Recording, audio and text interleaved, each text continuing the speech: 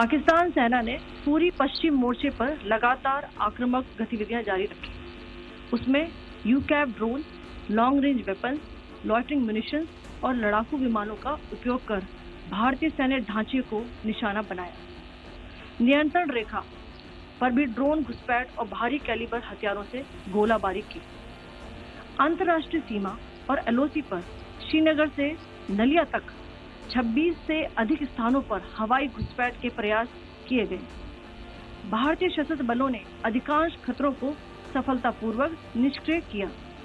फिर भी वायु सेना स्टेशनों पर उधमपुर, पठानकोट, आदमपुर और भुज बठिंडा स्टेशन, इन सब पर उपकरण व पर्सनल्स को हानि पहुंचाई।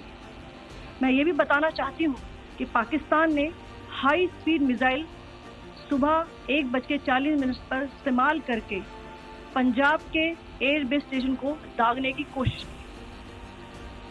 एक निंदनीय और अनप्रोफेशनल एक्ट के तहत पाकिस्तान ने श्रीनगर, अवंतीपुर और उधमपुर के वायु सेना अड्डों पर चिकित्सा केंद्र और स्कूल परिसर को निशाना भी बनाया, जिससे उसके द्वारा सिविल इंफ्रास्ट्रक्चर पर हमला करने की गैर जिम्मेदाराना प्रवृत्ति फिर उजागर हुई।